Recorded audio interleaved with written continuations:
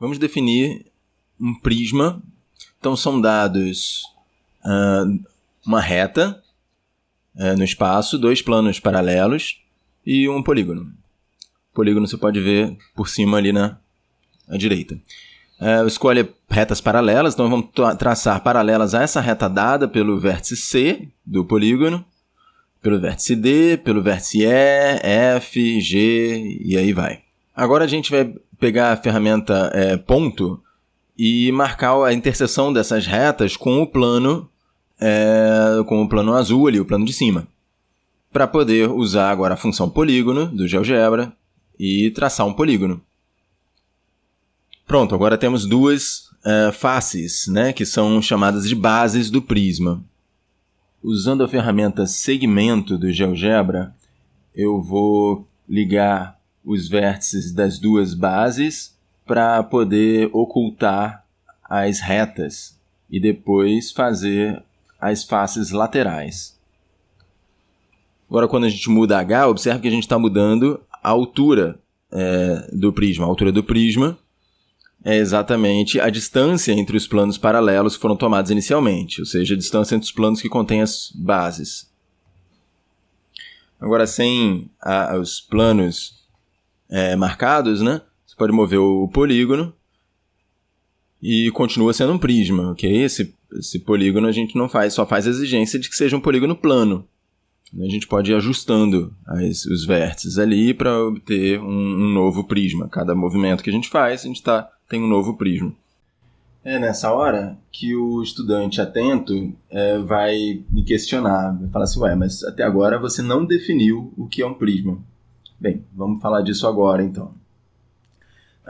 Após essa construção, você pode dizer que o prisma é a reunião desses polígonos planos, que no caso aqui do exemplo são 7, são 5 faces laterais e mais as duas bases, então é a reunião desses 7 polígonos planos.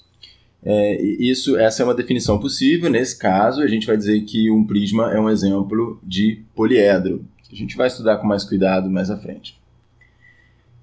Mas no módulo de vocês, por exemplo, ele fala ele não define desse jeito. Ele diz que um prisma é um sólido. Então, ele define como sendo tanto o bordo quanto o interior.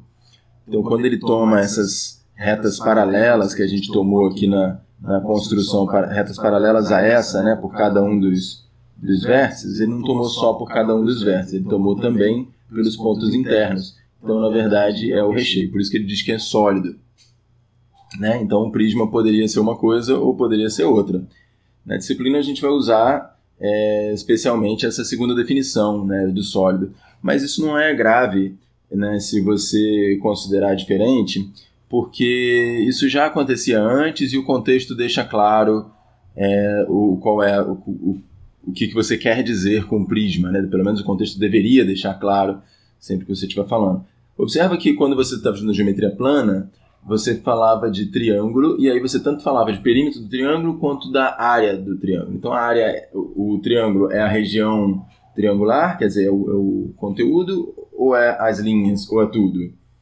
Pois depende do contexto, você vai utilizar uma coisa ou vai utilizar outra, e isso nunca foi realmente motivo de grandes problemas. Aqui vai continuar do mesmo jeito.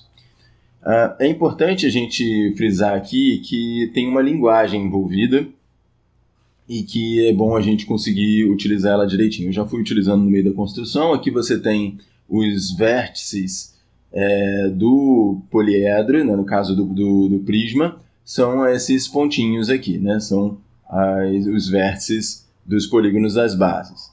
Essas faces, esses polígonos planos que são aqui, são faces, são mais do que faces, são as faces laterais, E a gente vai justificar que eles são sempre paralelogramos em qualquer prisma. Esses dois polígonos especiais que são chamados de bases. As linhas são chamadas de arestas e E tem uma série de nomes, né, que a gente vai aprendendo aos poucos. Uma coisa que é importante e causa confusão é isso que eu falei agora há pouco. É a altura. Muita gente acha que a altura é simplesmente o comprimento de uma dessas arestas laterais.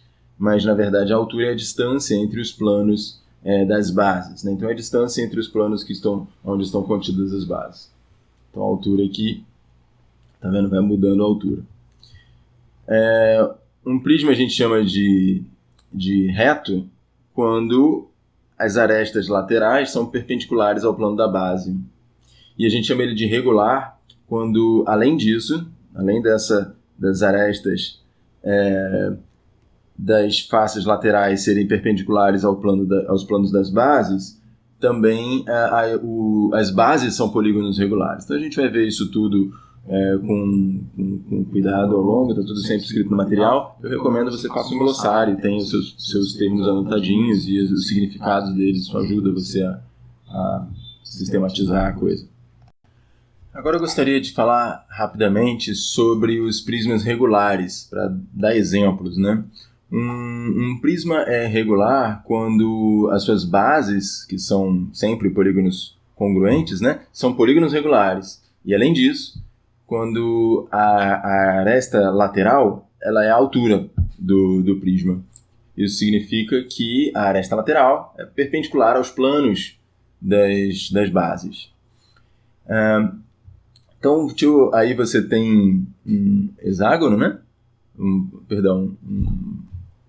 Um prisma hexagonal, mas agora se eu diminuir o número de lados, você tem um pentagonal, como esse que a gente tinha feito, e eu acho que um dos mais legais e utilizados é um prisma de base, no caso aí como é regular, a base é um quadrado, né?